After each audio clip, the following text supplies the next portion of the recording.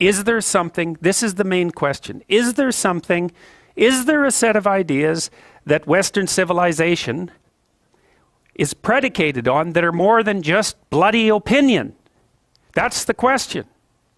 Because if there isn't, well then, what do you do about that? It's arbitrary. You're just holding it for no reason whatsoever. It could be a different system. There's no reason to stick with it. All of those things. Like it takes the core out of it. Well, that was Nietzsche's claim, right? He said, you take the core metaphysical presupposition out from underneath Western civilization, or any civilization for that matter, and the whole thing loosens, shakes, and crumbles. Well, for Nietzsche, the metaphysical presupposition was God. Well, and then the question, of course, well, what even does that mean? And on one hand, it means, I suppose, adherence to a dogmatic set of beliefs. But then you might ask yourself, well, is there something else that it means? It means at least the hypothesis of some transcendent value. It means at least that.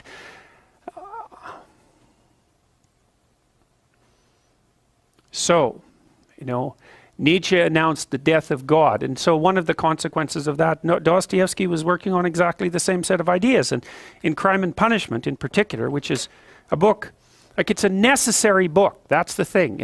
There's a number of books that were written in the last 120 years that you really have to read. And Crime and Punishment is one of them. And I think the Gulag Archipelago is another. And probably Beyond Good and Evil is another.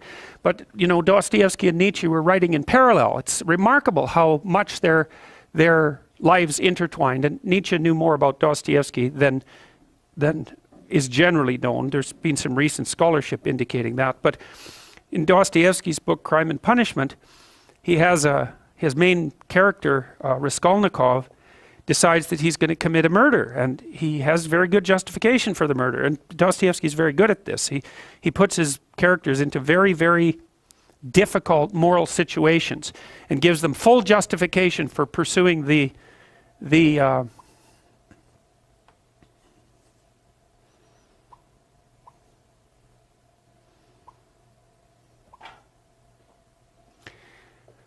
pursuing the pathway that they're pursuing. And so Raskolnikov, he's broke and starving. He wants to go to law school. His sister's about to prostitute herself, roughly speaking, by marrying a guy that hates her, that she hates, and he has contempt for her, at least acts in that manner.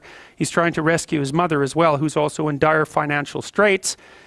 He goes to a pawnbroker to pawn his meager possessions so that he can continue to scrape by. And she has this niece, I believe it's her niece, that's not very bright, who she basically treats as a slave and is horrible to. And so the pawnbroker has this money. Raskolnikov is in dire need. He thinks, look, I'll just kill her, because why the hell not?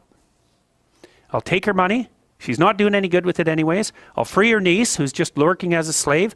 She's got all these other people tangled up in her pawnbroker schemes. All that'll happen is the world will be a better place.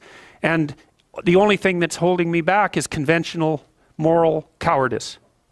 And, Dostoevsky has his character in Crime and Punishment go through days, hours and days and weeks of intense imagination about this, rationalization about this, trying to justify himself, placing himself outside the law so that he can perpetrate this act, and telling himself with all the best nihilistic arguments that the only possible thing that could be holding him back is an arbitrary sense of indoctrinated morality. And so Dostoevsky explores that. He does commit the murder, and then of course all hell breaks loose because things don't necessarily turn out the way that you want. He gets away with it, however. Well, he gets away with it technically because no one knows he did it. But he doesn't get away with it in relationship to his own conscience. And so the rest of the book explores that. Well, Dostoevsky, I believe it was in Crime and Punishment, although he makes the same point in many of his books, he makes a very fundamental point. And this is the kind of point that I think that people who haven't investigated these matters down this particular literary and philosophical pathway never grapple with. Dostoevsky said straightforwardly, if there's no God, so if there's no higher value, let's say, if there's no transcendent value, then you can do whatever you want. And that's the question that he's investigating. And you see, this is why I have such frustration, say, with people like Sam Harris, the sort of radical atheists, because they seem to think that once human beings abandon their grounding in the transcendent, that the plausible way forward is with a kind of purist rationality that automatically attributes to other people equivalent value. It's like, I just don't understand that. They believe that that's the rational pathway. What the hell is irrational about me getting exactly what I want from every one of you whenever I want it at every possible second? Why is that irrational? And how possibly is that more irrational than us cooperating so we can both have a good time of it? I don't understand that. I mean, it's as if the psychopathic tendency is irrational. There's nothing irrational about it. It's pure naked self-interest. How is that irrational? I don't understand that. Where's the pathway from rationality to an egalitarian virtue? Why the hell not every man for himself and the devil take the hindmost? It's a perfectly coherent philosophy. And it's actually one that you can institute in the world with a fair bit of material success if you want to do it. So I don't see. To me, I think that the universe that people like Dawkins and Harris inhabit is so intensely conditioned by mythological presuppositions that they take for granted the ethic that emerges out of that as if it's just a given, a rational given. And this, of course, precisely not Nietzsche's observation as well as Dostoevsky's. That's Nietzsche's observation. You don't get it.